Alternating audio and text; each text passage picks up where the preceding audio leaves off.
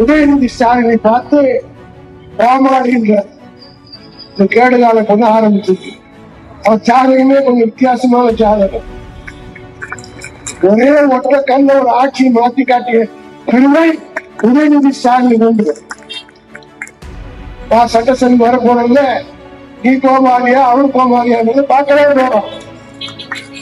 ஒரே வார்த்தை தளபதி கழகத்துடைய இளந்தேடி செயலாளர் உதயநிதி ஸ்டாலினை பார்த்து ராமாடின்ற இந்த கேடுகால கொண்டு ஆரம்பிச்சிருக்கு. காரணம் என்னன்னு கேட்டா, உதயநிதி ஸ்டாலினை பற்றி பேசியவர்கள் யாரும் நீண்ட நாள் அரசியல் இருந்ததாக சரித்திரம். அவர் ஜாதகமே கொஞ்சம் வித்தியாசமான ஜாதகம். கலைஞர் ஜாதகமும் அவர் ஜாதகம் ஒண்ணு. ஒரே ஒற்றை கண்ட ஒரு ஆட்சியை மாற்றி காட்டிய பெருமை உதயநிதி ஸ்டாலின் உண்டு. அவர் போய் கோமாளின்னு பேசுறார். நான் சட்டசபை வர போனதுல நீ கோமாளியா அவரு கோமாளியா பார்க்கவே போறோம்.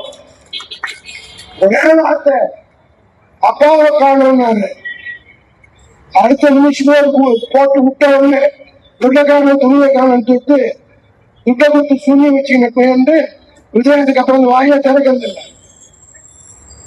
அப்பாவை காணும் பேசின உடனே அவர் அழகா சொன்னார். அப்பாவை காணும் புருஷனை காணும்னு சொல்லிட்டு செங்கல்பட்டு கோட்டையை தேடி கொண்டிருக்கிறார்கள். அதே மாதிரி பேசியிருக்கிறார். வருவார் சென்னைக்கு வந்தவங்க நாளைக்கு 10 சந்திப்பாங்க. துட்டிக்கு இருப்பதை கொடுப்பார். ஸ்டாலினை பொறுத்த மட்டும் அவர் சட்டமன்றத்தில் எதிர்கட்சி வரிசையில் உட்கார்ந்து ஆக்க போகிற பணி இதுதான் ஆரம்பிக்க போகுது. பட்ஜெட் வருது. அது இந்த தொகுதிக்கு எம்எல்ஏ தான் படிக்க போறாரு. என்னத்தை படிக்க போறாரோ தெரியாது. அப்படியே தகராறு. அவரு பேசுறது விஜய்க்கு புரியாது. விஜய்க்கு பேச புரியாது, சபாநாயகருக்கு புரியாது.